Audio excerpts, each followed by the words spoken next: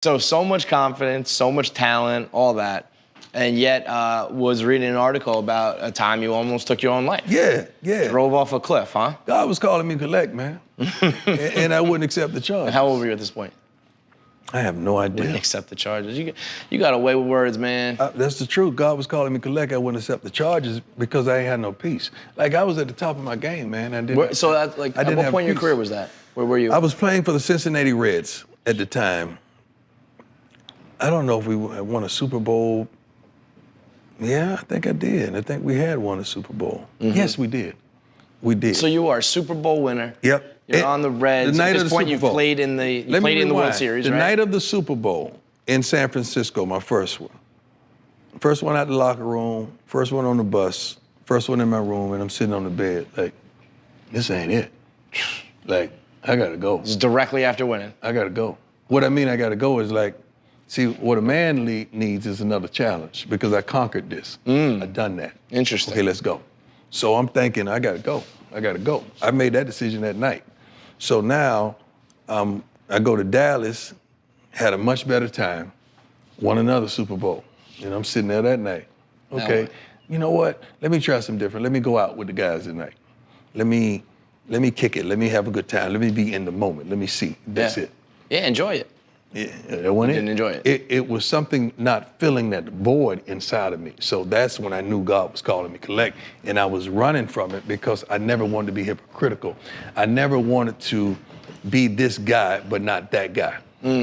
Because I cared about people too much and I knew I had the influence on my teammates. Right. So whatever I was gonna do, the majority of them was gonna do. There's such a difference though between feeling like a professional void or like I need something to satisfy me versus I'm gonna take my own life. I mean, there's a big gap there, no? Yeah. Was there other, you know, I know no. divorce at the I was going through the divorce at the time, but that was that wasn't it. The only thing that I thought loved me were my two kids at the time. So when they're stripped away from you because the woman is taking them, now you find yourself alone and you got time through to that think. Loneliness, it's an MF. There you go. There you go. So now you're saying, hey, what's going on? This is good, but this ain't giving me that.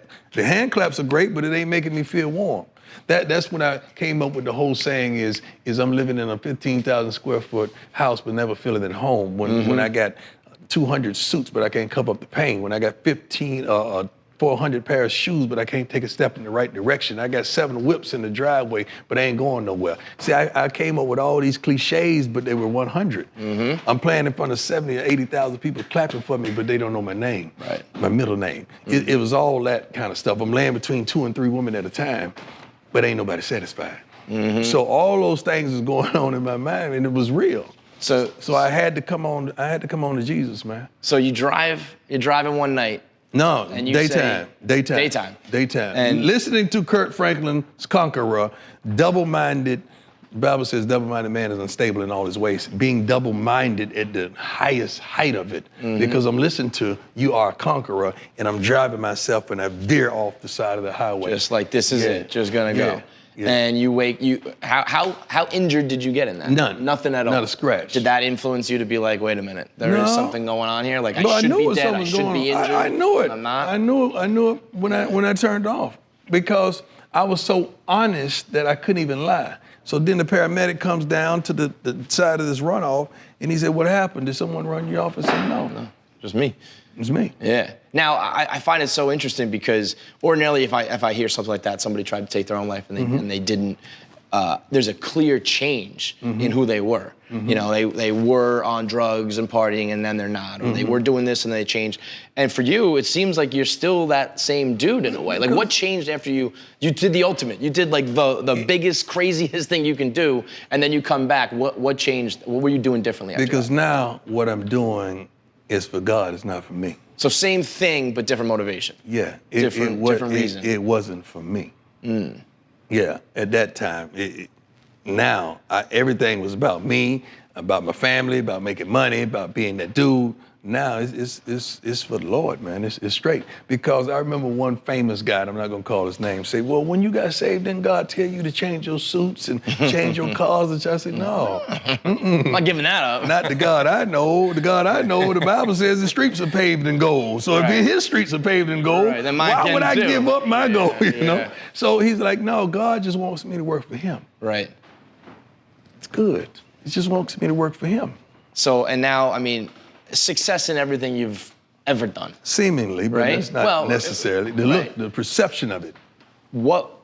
Give me a time, what do you think your biggest failure is? I don't have a biggest failure because whatever went wrong, I got it back right.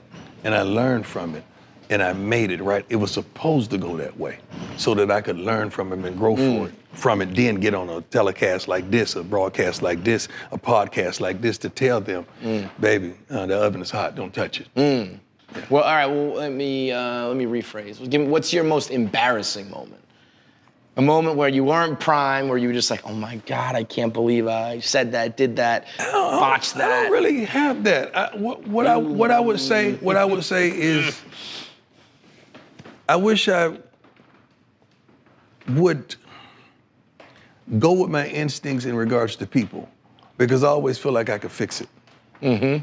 I could just pour love all over it and it's gonna get better. And sometimes people are just who they are.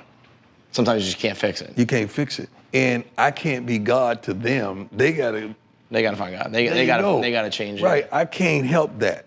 So you can't even think. So I ask you a time you failed, a time you were embarrassed, and you ducked both those questions. You did. You just ducked both of them, Deion. You just ducked. I didn't duck it because I don't have those moments. Yeah. I've never said, oh man, that was embarrassing. Well, so like baseball-wise, I'll give you one baseball-wise if you're thinking specific, but it's not a big thing. Jose Akindo struck me out. And you were walking back to the dugout like, you kidding me? I think we were beating the darn Cardinals to death, and they put him in because they didn't want to waste another pitcher. And I'm sitting up there trying to take him yard, right? Yeah. And he painted a 3-2 fastball on the black or something like that. And it had to be 3 inches outside, but the umps was ready to go. I was so mad at myself for taking that. I went home, I had a batting cage in my yard. I probably hit to 2 in the morning.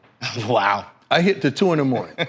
So that Jose Akindo. Because that was embarrassing to me. Yeah, so that I would give you that. No, but that's that is insightful. That kind of gives you a peek into what what does drive you. I hit to my hands was raw that morning. I was so mad. Yeah, I was mad. That's very funny that a guy like that will be in your brain forever.